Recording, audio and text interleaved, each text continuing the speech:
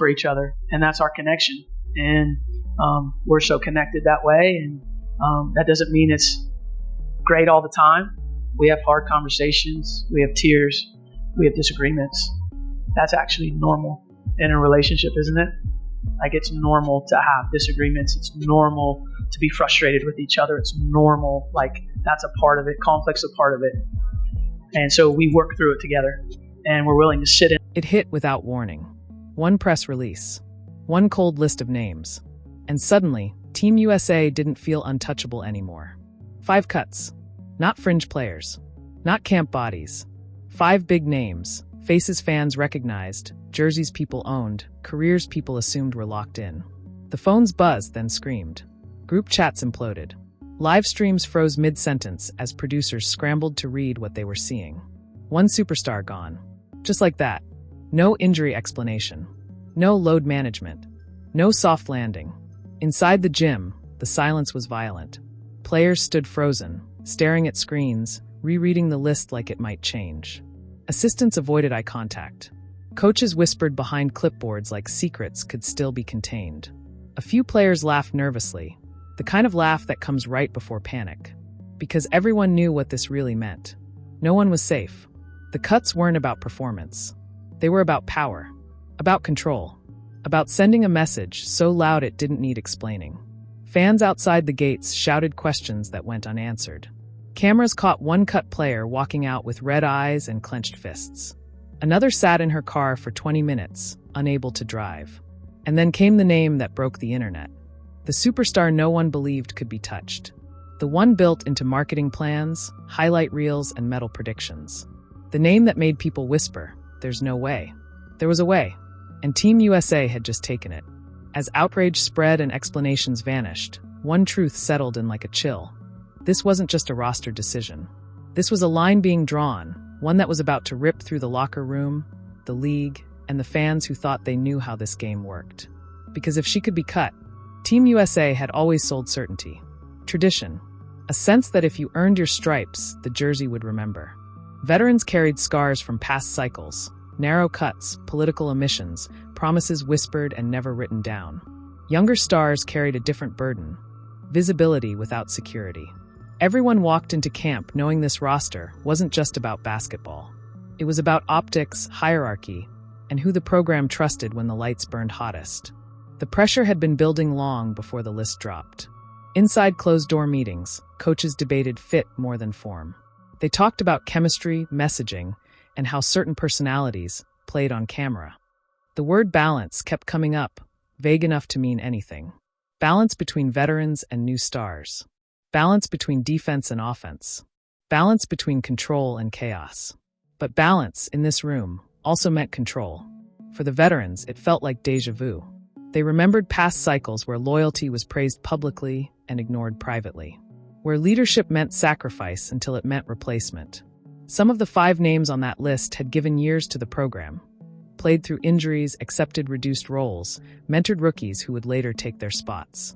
They believed, maybe foolishly, that history counted for something. For the superstars, the fear was different. They were told the team needed them. The marketing reflected it. The buzz followed them everywhere. But behind the scenes, there were concerns about gravity. How one star could bend the room. How fan attention could shift power away from the bench. One assistant had said it months earlier, half joking. You don't want anyone bigger than the flag. The joke didn't land then. It landed now. Training camp was tense from day one. Drills felt sharper, more evaluative. Lineups changed with every single point being scored or assisted by Caitlin Clark in a 4.5-minute spell to make a game go from down 5 to up 13. Like that. Well, basically, it was down 15 to up 10 against Phoenix Mercury last year, where every single basket, other than one, was either scored or assisted by Caitlin Clark in what was the craziest game of her career. Where it's funny if you look back on that game, I think she had 15 points and 13 assists, and on 4 of 15 shooting. And people were just like, oh, this was terrible. Without explanation. Players noticed who got feedback and who got silence. Silence was worse. Silence meant decisions were already made. A few players tried to ask questions and were told to stay ready. Others stopped asking altogether. The emotional toll piled up quietly. One cut player had moved her family across the country for this camp, believing she was a lock. Another had delayed surgery to prove availability. A third had turned down off-season commitments to stay in peak condition. Each sacrifice was made in faith that the program valued commitment the way it preached. Then came the superstar. She'd been the bridge between eras, respected by vets, adored by fans, trusted in big moments. She carried herself like someone who knew the jersey mattered more than her name. That's why the whispers shocked people most. Comments about fit, about lineups needing flexibility, about managing attention. None of it was about points or defense. It was about presence. When the final internal meeting happened, voices were raised for the first time. One coach argued legacy. Another argued urgency. Someone mentioned future cycles. Someone else mentioned headlines. The decision was framed as necessary, as bold, as a reset. The word uncomfortable was used like a badge of honor. No one talked about fallout. When the list was finalized, it was treated like procedure. Emails drafted. Security briefed. Media statements prepared with language, so clean it felt sterile. The people on the list were informed quickly, efficiently. No room for negotiation. No room for emotion. The superstar was told last. Not out of respect, out of fear. Because everyone in that room knew what her name meant. They knew how fans would react. They knew the shock would eclipse the other 4 cuts entirely. But they believed the message would be worth it. That asserting authority now would prevent bigger problems later. They underestimated the emotional history behind those names. They underestimated the veterans who felt discarded. The younger players who felt terrified. The teammates who wondered if loyalty was real or just a talking point. And they especially underestimated the fans, who had built emotional contracts with players they believed represented more than medals. By the time the press release went live, the damage was already done. The cuts didn't just remove players. They removed trust. Inside the locker room, survivors looked at each other differently. Every smile felt tentative. Every celebration felt borrowed. Because if history didn't protect you, and star power didn't protect you, then nothing did. And as the backlash began to swell outside, the people inside realized something chilling. This wasn't just the end of 5 stories. It was the beginning of a reckoning Team USA hadn't prepared for at all. Phones rang nonstop. Agents called assistants who stopped answering. Veterans texted coaches and got thumbs-up emojis in return. Younger players refreshed social feeds like oxygen depended on it. Every screen showed the same thing, disbelief hardening into anger. And at the center of it all, one absence screaming louder than any announcement. The superstar wasn't just cut. She was erased. Her locker was cleared before she could return. Nameplate gone. Jersey folded and placed in a plain equipment bag like evidence. Teammates noticed. Someone asked why it was moved so fast. No one answered. That silence detonated everything. Inside the players' lounge, the room split instantly. Veterans clustered together, faces tight, voices low. They'd seen this movie before, but never with a star this protected. Younger players hovered near the doorway, unsure which side to stand on, terrified of being seen choosing wrong. A coach walked in, started to speak, then stopped when the room didn't respond. That's when the first confrontation happened. One of the cut veterans, still in practice gear, still sweating, walked back into the facility. Security tried to slow her down. She didn't stop. She walked straight toward the coaching offices, eyes burning, phone in hand with the press release pulled up like an accusation. "You want to explain this?" she demanded. The head coach tried to keep it calm. Said it was a basketball decision. Said it was about balance. Said the words they always say when the truth would cause more damage than the lie. But this time, the room didn't buy it. Because the superstar had already texted. Not the media. Not fans. The team. One message. 12 words. No emojis. No explanation. "I was told this morning I was safe. Someone's lying." The message ripped through the locker room like a siren. Players stared at their phones, then at each other. Safe. That wasn't just a misunderstanding. That was a promise. And promises inside Team USA were supposed to mean something. If that message was true, then the cut wasn't just ruthless, it was deceptive. Coaches denied it immediately. They said words were misinterpreted. That conversations evolved. That nothing was guaranteed. But players remembered the meetings. Remembered the nods. Remembered the language. "We need you. You're a core piece. Build around this." Those weren't accidents. The conflict spilled onto the court. Practice that afternoon was chaos disguised as drills. Passes were sharp, but not generous. Screens were harder than necessary. Player needs it. That's another level of facilitating. That's why we say, man, Caitlin Clark is the top guard. All right, y'all start the conversation in the chat, but I'm just saying, Chelsea Gray is a very entertaining passer. All right, very entertaining. Sometimes her flashiness kind of make her throw the ball away and things of that nature, but Caitlin Clark knows how to get that thing in tough spots. All right, get it in tough spots and get her teammates open. Get it to where the teammate can catch the ball and just pull it in a comfortable style. All that is a part of facilitating, man. All right, so no one celebrated makes. Everyone watched substitutions like hawks. When a coach yelled encouragement, it landed hollow. Then came the first shocking twist. During a live scrimmage, one of the remaining stars, someone expected to lead, refused to check in. She stood at the scorer's table, hands on hips, staring straight at the bench. "I'm not playing until you explain why she's gone," she said, loud enough for cameras to catch. The gym froze. Assistants rushed over. Coaches whispered urgently. Cameras zoomed. This wasn't just insubordination. It was rebellion, live and unfiltered. The player didn't back down. She stepped away from the court and sat down, arms crossed, eyes locked on the coaching staff. That was the moment control slipped. Because fans saw it. Media clipped it. And within minutes, the narrative shifted from tough roster decisions to player revolt. Hashtags exploded. Former legends weighed in. Analysts split into camps. Some praised the boldness of the cuts. Others called it organizational arrogance. Behind closed doors, panic set in. Sponsors called. USA basketball executives demanded explanations. Someone asked if the superstar was going to speak publicly. No one knew. Her camp had gone silent.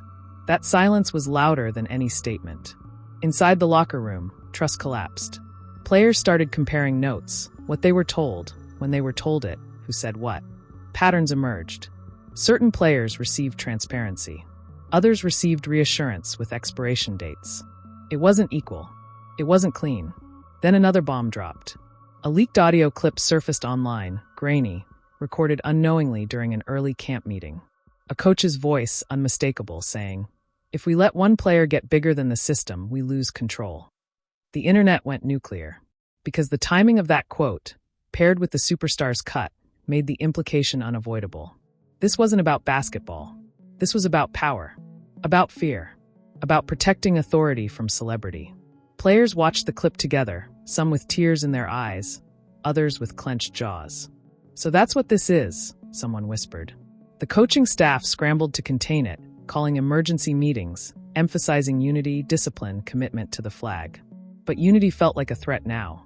Discipline felt like a muzzle. Commitment felt conditional. And then the superstar finally broke her silence. Not with a press conference, with a single post. A photo of her Team USA jersey, folded neatly on a chair. No caption, just a timestamp. The message was devastatingly clear. She hadn't left in chaos. She'd been removed with intent. Within minutes, fans turned from shock to fury. Petitions started. Former players demanded accountability. Current players, some still in camp, liked the post quietly, then unliked it when they realized eyes were watching.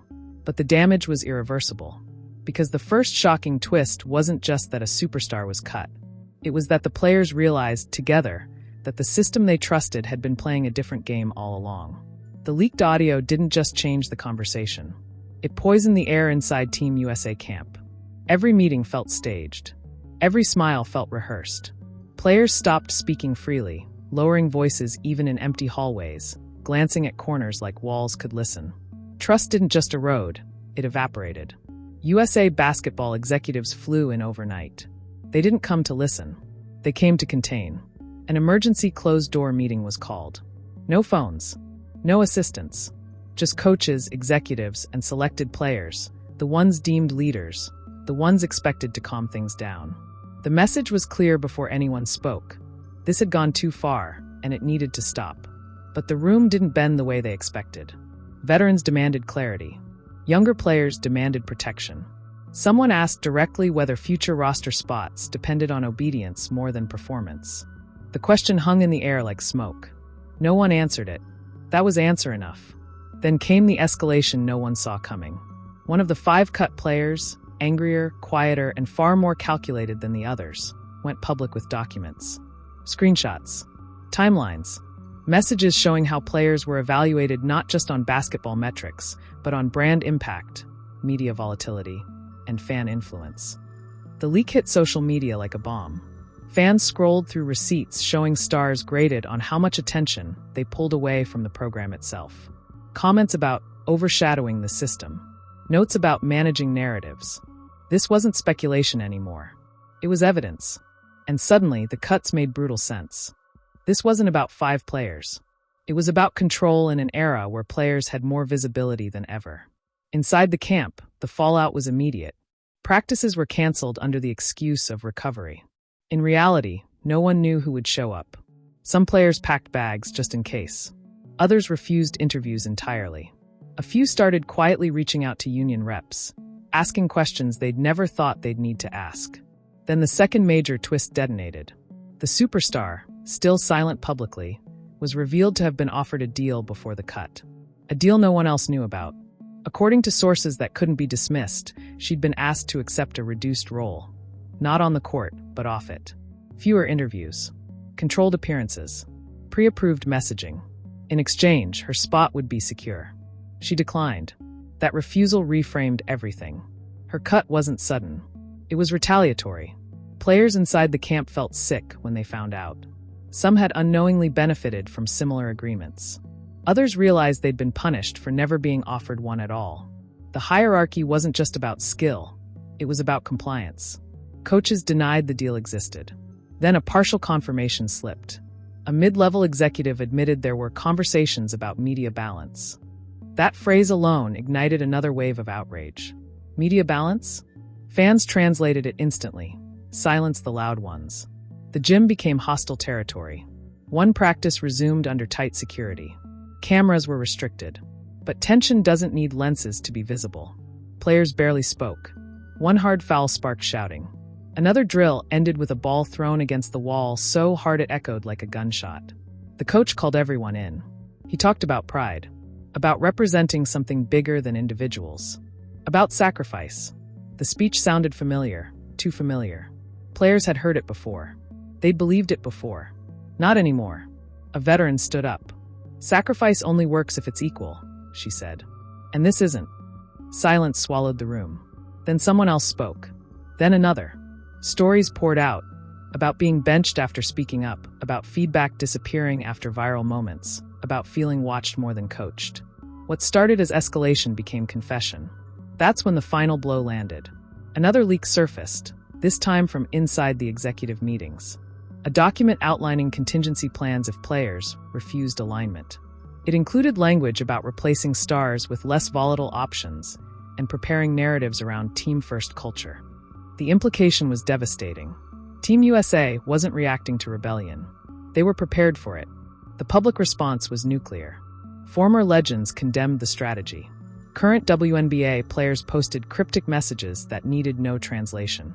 Fans flooded sponsors' pages demanding accountability. Commentators stopped hedging and started choosing sides. And through it all, the superstar remained silent. Until the night before the final roster was set. At 11:47 p.m., she posted again. A video this time. 30 seconds. No background music. No branding. I didn't lose a spot, she said calmly. I refused a leash. That was it. No accusations. No explanations. Just truth sharpened to a blade. Within hours, everything shifted. Players inside the camp realized the second twist wasn't just about exposure. It was about inevitability. The system had been revealed, documented, and challenged by the one person they thought they could discipline into silence. And now they had a choice. Fall back in line, or force a reckoning that would change Team USA forever. Because with the final roster deadline looming, one thing was clear. No matter who made the team, the damage was already permanent. And the next move, whether from the players, the league, or the superstar herself, was going to decide whether this exploded into reform or into war. By morning, sports radio had abandoned schedules. Entire shows were rewritten live on air as that all the players play well, but France are just a little bit better in the World Cup. I'm not going to hate watch Team USA, but I do hope that the other teams are playing are better. But yeah, it's one of those things where it's like, if you are actually supporting Team USA, you would hope the two of them play together, because the two of Paige and Caitlin play together, because that's what's going to help them win. And is Caitlin going to be the best player at this camp? If Caitlin's the best player at this camp, there's something seriously wrong with the level of women's basketball. Like, if a player who has basically been injured for a year shows up and is the best player at their first training camp, because let's be real, you're not going to, it takes players weeks, if not months. Hosts tried to keep up with a story that refused to sit still. Every panel argued over the same question, asked 100 different ways. How did Team USA lose control of its own locker room? And behind that question lurked a darker one no one wanted to say too loudly. Did they create this mess themselves? Fans didn't wait for answers. Social media turned into a battlefield. Clips of the scrimmage refusal replayed on loop. The leaked audio was dissected syllable by syllable. The document screenshots were enlarged, circled, annotated, turned into receipts. Hashtags split into rival camps. Some defended the program, clinging to tradition and medals. Others burned jerseys on camera, furious at what they saw as manipulation masquerading as leadership. The emotional whiplash was brutal. One of the cut veterans finally spoke publicly, voice cracking as she described how her phone buzzed nonstop while she sat alone in her car outside the facility, unable to bring herself to drive away. She didn't accuse anyone directly. She didn't have to. Her silence between sentences said enough. Another cut player posted a photo of her empty suitcase with the caption, "This wasn't about basketball." It went viral in minutes. Inside the remaining roster, the psychological toll deepened. Players who made the cut didn't celebrate. They avoided eye contact with cameras. Some disabled comments on social posts. Others turned phones off entirely. Survivor's guilt crept in, heavy and unspoken. They wondered if their spot came at the cost of someone else's dignity. They wondered if they were safe, or just next. Families felt it too. Parents who had once bragged about Team USA now fielded uncomfortable questions at work. Partners worried about mental health, about pressure, about retaliation for speaking honestly. One player's sibling fired off a tweet defending her sister, then deleted it an hour later after a quiet phone call changed their tone entirely. That deletion became its own story. The league tried to step in. WNBA officials released carefully worded statements emphasizing ongoing dialogue and support for all athletes. It satisfied no one. Fans saw it as avoidance. Players saw it as distance. The silence from higher up only amplified the sense that this was bigger than one roster cycle. Then sponsors reacted. Not with statements, but with pauses. A major brand quietly pulled a scheduled Team USA campaign. Another delayed rollout pending review. Money didn't leave loudly. It slipped away cautiously, which somehow felt worse. Executives noticed immediately. Panic meetings multiplied. Emotionally, the center could not hold. Former legends entered the conversation, some siding with authority, others with players. Old rivalries resurfaced. Old wounds reopened. The past was dragged into the present as people reevaluated moments they'd once accepted without question. And through it all, the superstar remained a gravitational force. Every camera watched for her reaction. Every reporter refreshed her page. When she liked a post from a former teammate criticizing systems that punish independence, it became headline news. When she didn't post for a day, speculation exploded. Silence had become her loudest weapon. Then came the most devastating public moment yet. A young fan's video went viral. A kid in a Team USA jersey crying, asking why her favorite player was in trouble for being herself. It wasn't political. It wasn't strategic. It was raw, and it broke something open. Because this wasn't just about power anymore. It was about trust. The trust fans place in institutions to protect the people they love. The trust players place in systems they give their bodies to. The trust that excellence will be rewarded honestly. Inside Team USA, coaches felt the shift. Authority no longer felt absolute. Every instruction felt questioned. Every decision felt political. Even routine drills felt loaded with meaning. And the players felt watched by fans, by media, by each other. One late-night team meeting ended in tears. Not anger. Exhaustion. A player admitted she didn't know how to compete and protect herself at the same time. Another said she'd never felt lonelier in a locker room full of elite teammates. No one argued, because the emotional fallout had stripped everything bare. By the end of the week, one truth was undeniable. The story had outgrown the cuts. It had outgrown the roster. It had even outgrown Team USA. This was now about the future of power in women's basketball. And as the noise reached a deafening pitch, one final question loomed, quiet, terrifying, and unavoidable. What happens when the people who make the system valuable decide they're done playing by its rules? The answer was coming, and it wasn't going to be gentle. At 6:12 a.m., while fans were still arguing online and producers were booking guests to rehash the same outrage, a single document quietly hit inboxes across the league. Not a press release, not a leak, a formal notice, dry, legal, and devastating. The Players Association had invoked an emergency review clause. No one expected it. Not this fast. Not this aggressively. Inside Team USA headquarters, executives stared at the notice in disbelief. This wasn't about public opinion anymore. This was procedural. Binding. It meant interviews under oath. It meant internal communications on record. It meant that every text, every meeting note, every media balance conversation could be subpoenaed. And then the real shock surfaced. The review wasn't limited to this roster cycle. It reached back years. Suddenly, past omissions looked suspicious. Old controversies were reinterpreted. Patterns emerged where there were once excuses. Players who'd quietly disappeared from Team USA programs began receiving calls from union lawyers asking the same chilling question. Did anyone ever ask you to change how visible you were? Inside the current camp, fear replaced anger. Coaches realized this was no longer controllable. Executives realized containment had failed. Someone suggested issuing a full apology. Someone else warned that admitting fault would open the floodgates. The room split, not between right and wrong, but between survival strategies. Then the superstar moved again. This time, it wasn't symbolic. She filed a formal grievance. Not about her cut, about retaliation. The filing alleged that roster removal was used as leverage to enforce off-court compliance.